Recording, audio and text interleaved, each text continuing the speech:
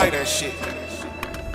Who you think you playing with? I won't show my hand, bitch. Niggas hate mad, envy me, and I can't stand it. I was down bad. Hey man, what's good YouTube? It's your boy Quizzo, aka Quiz the Plug, man. I'm back in on the banger, man. And today we got another scap attack video, bro.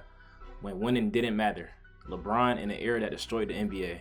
Like, you know, y'all know bro, LeBron haters, so we finna get into another scap attack video. Even though all his videos is based off pure hatred for LeBron, no facts. It's just his biased personal agenda to just discredit everything LeBron did. So before we get into it, make sure y'all like, comment, subscribe, man, and let's get into this video, bro. Throughout the history of organized sports, one goal has always stood above all others. It wasn't about how dominant you were, what kind of statistical output you produced. No, the most important thing in any game, is winning. Sport or activity, has always been winning. And that's why LeBron got 4 rings. He's a winner. And of the major organized professional sports, winning has always been the most meaningful in the basketball world. In the sport of basketball, all-time greats are less dependent on others than in any other sport. As in other sports, even for the most important of positions, you typically play only one half of the game, and in some instances, as little as a third. In basketball, however, great players are singularly in control of their own destiny substantially more. You just say in basketball is a team game, bro. I'm sorry. Basketball is like one player cannot win the championship. It's never been done in NBA history, bro. Name me one year that one player won the chip by himself. With his team was completely garbage, and then it was just him. You cannot name me a team. You cannot name one team like that, bro. Unless you go back to like the 50s or 60s or something, but in the modern era, you're not finding no, bro. Teams are too talented for only one player to be able to carry a team to actually win a championship. Y'all seen 2018 LeBron, bro, probably the best playoff run in NBA history. What, he couldn't get it done. He probably only won one game. Probably not even that. It's because you need a full team to win a game, bro. Like he already pushing some trash narrative already, bro.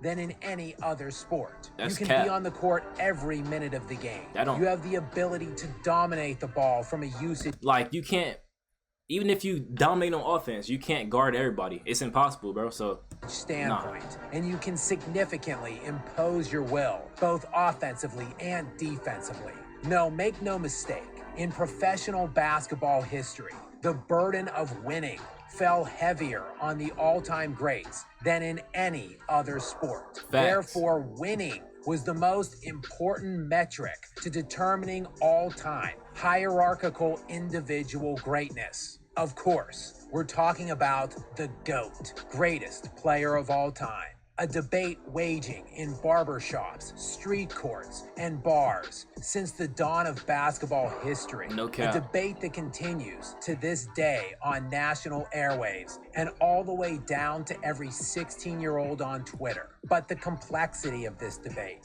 has changed drastically as of late. Somewhere along the way, winning stopped mattering. It stopped mattering. I'm not gonna lie. I'm not gonna say winning don't matter, but come on, bro. Like, a lot of, I'm not gonna say winning don't matter, but y'all overvalue winning though. Like, if winning is the sole thing in basketball, then why is Bill Russell not the GOAT? Like, y'all like to say Jordan, he's 6-0. Bill Russell like what, 11-1? If that's y'all logic, Bill Russell's the GOAT. That's why I'm saying, like, stats and accolades, yeah, they matter, but come on, bro. You can't just keep saying that LeBron is trash because he's 4-6 in the finals, or 4-7, whatever he is in the finals. You can't say he's trash because of that, bro. Like, that don't, bro. The teams LeBron has played, bro, nobody has faced the competition LeBron has faced ever, bro. I'm sorry. It's probably the only person that faced competition like LeBron is Wilt when he was playing the Celtics every year. Other than that, bro, nobody's Golden State every year. Golden State with Kevin Durant. Come on, bro. Nobody had to face that type of competition, bro. LeBron had to play them like 5 times in a row by himself. Well, by himself the last like 1 or 2 times.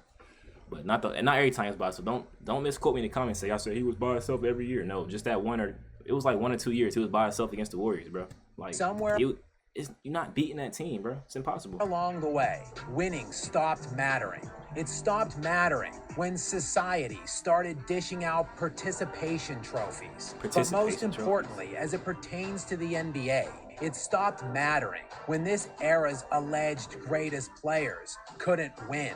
Rather than change the way we view those players, we decided to change the way we have evaluated players from the earliest points in NBA history. And the importance of winning, and winning a significant amount of titles, began almost as early as the sport of basketball itself. Professional basketball has roots dating back in the United States of America as early as 1947. The first dynastic team rose to prominence when the Minneapolis Lakers, led by George Mikan, won their...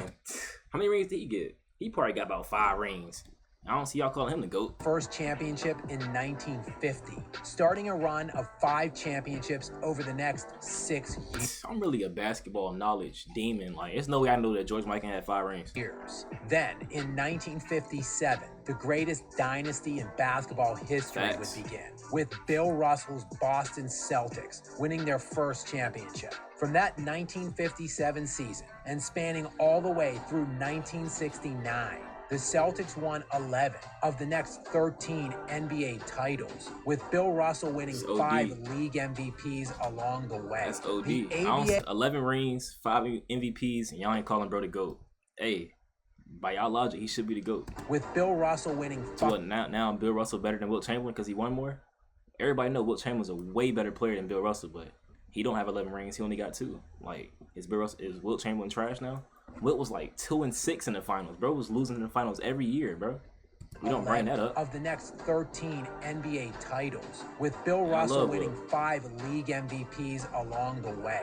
The ABA and NBA would merge in 1976, giving birth to the modern era of NBA basketball. And in back-to-back drafts in 1978 and 1979, the Larry Bird, Magic Johnson era would begin. And between the two of them, they would place a stranglehold on the 80s, with Bird appearing in 5 finals in the decade, winning 3, while Magic and Kareem would appear in 8 together and win 5.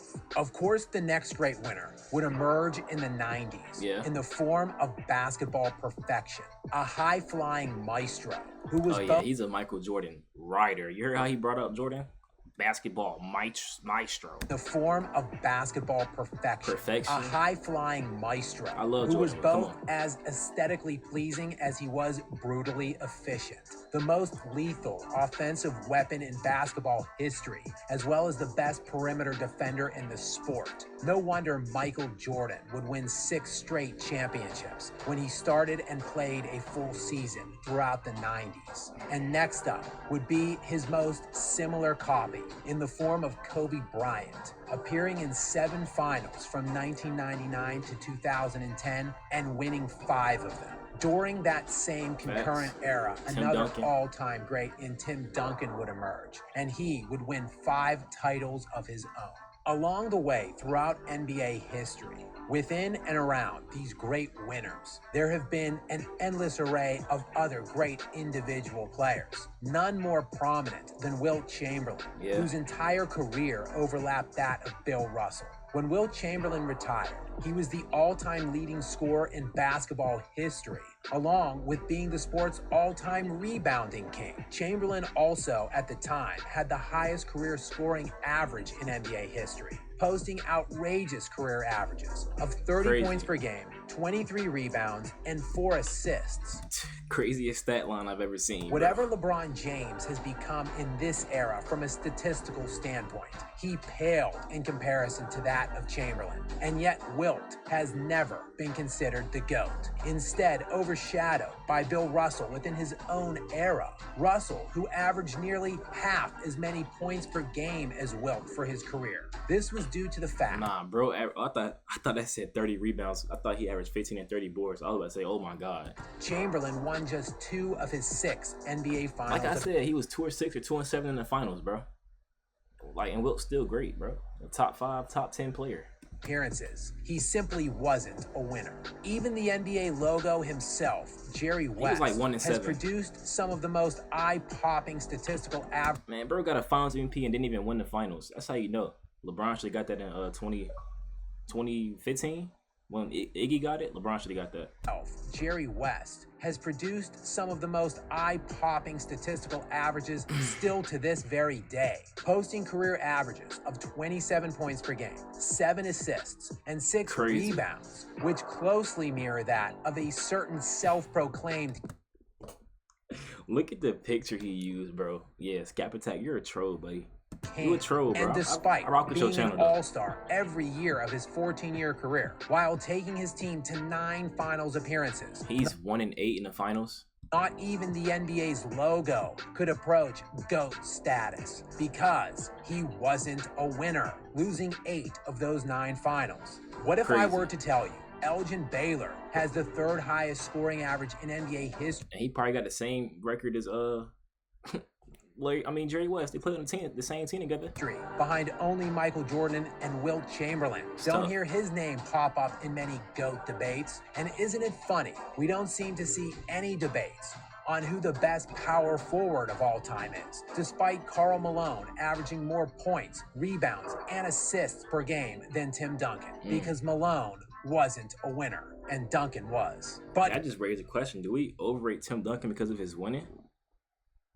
Let me know in the comments what you feel about that. Is Karl Malone, is he better than Tim Duncan, but he just didn't win as much? That's coming for y'all to have. I ain't watching Karl Malone to know if he better than Tim Duncan or not. So that's all. That's y'all debate. In this era, where the media anointed a teenager as the chosen one, they've deployed every possible tactic and made every imaginable excuse as to why he hasn't been able to win more. In this era, we even call a player who has managed 1 career finals appearance in an 18-year career a god. He is the point god.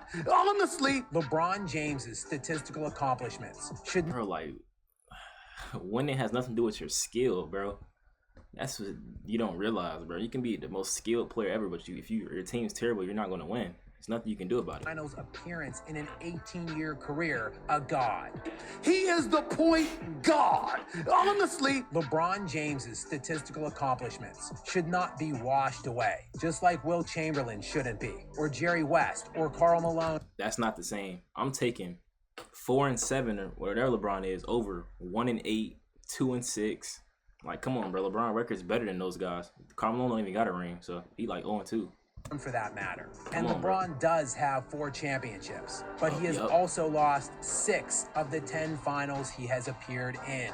He has a 22 and 33 career finals record. Those things cannot be washed away either, not with the vast historical precedents we have of hoisting up the winners above the rest. James has team jumped 3 times in his career to stack his roster and maximize his winning potential. I just hate the way he words stuff. Like, come on, bro.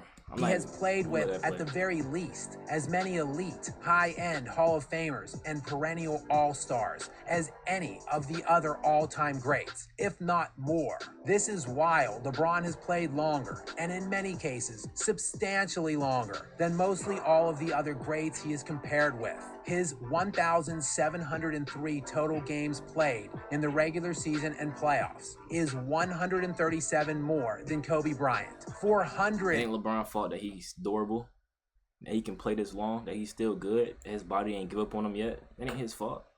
And 52 more than Michael Jordan, and nearly 600 more games played than Bill Russell, Magic Johnson, and Larry Bird, all to win, in most cases, less. And yet, here we are. Most cases. Supposedly, yeah, you ain't say he got more rings than Bird. I ain't hear all that. to win, in most cases, less. And yet, here we are, supposedly raising this player up amongst all the rest. what?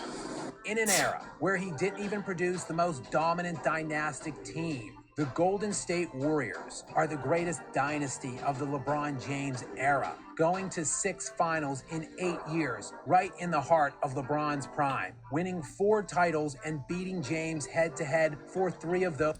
It's like when LeBron didn't go to like 10 finals in a row, bro, and won 4 of them. I mean, 3 of them. What are you talking about? those 4 rings. Is this your game? James has not been the winningest player of this era. He has not produced the most dominant team.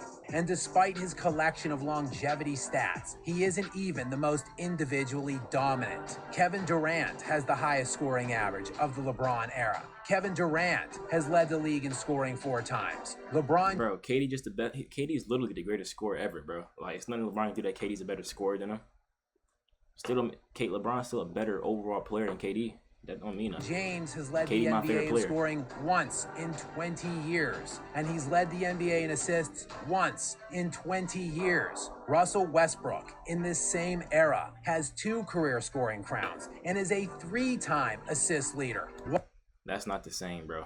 while averaging a triple-double for a season 4 times. LeBron James's career statistical achievements, coupled with the totality of his resume, dictate his inclusion with the all-time greats. But it is impossible for him to ever be remotely considered the greatest. Sorry, witnesses, but that designation is reserved for the best of the best, the greatest of the winners. And despite whatever fantastical excuses you wish to deploy, that simply has never been and never will be the story of LeBron James. LeBron's a winner. 4 rings, I'll take it. I'll take 4 rings and all the stats. I'll take it. He had to play more comp than any other legend ever, so of course it's gonna be harder for him to have a good record, bro. You got to play Golden State with Kevin Durant by yourself. Like, come on, bro. Let's be for real, bro. It was no comp. Like, his teams was not even close to Golden State, bro. There's nothing he can do. But man, let me know in the comments how y'all feel about this, bro. Y'all feel like winning don't matter anymore in this era? I feel like it do to an extent, but if y'all like this video like me, make sure y'all like, comment, subscribe, man, and I'm out. And let me know what y'all want me to react to next. I got y'all.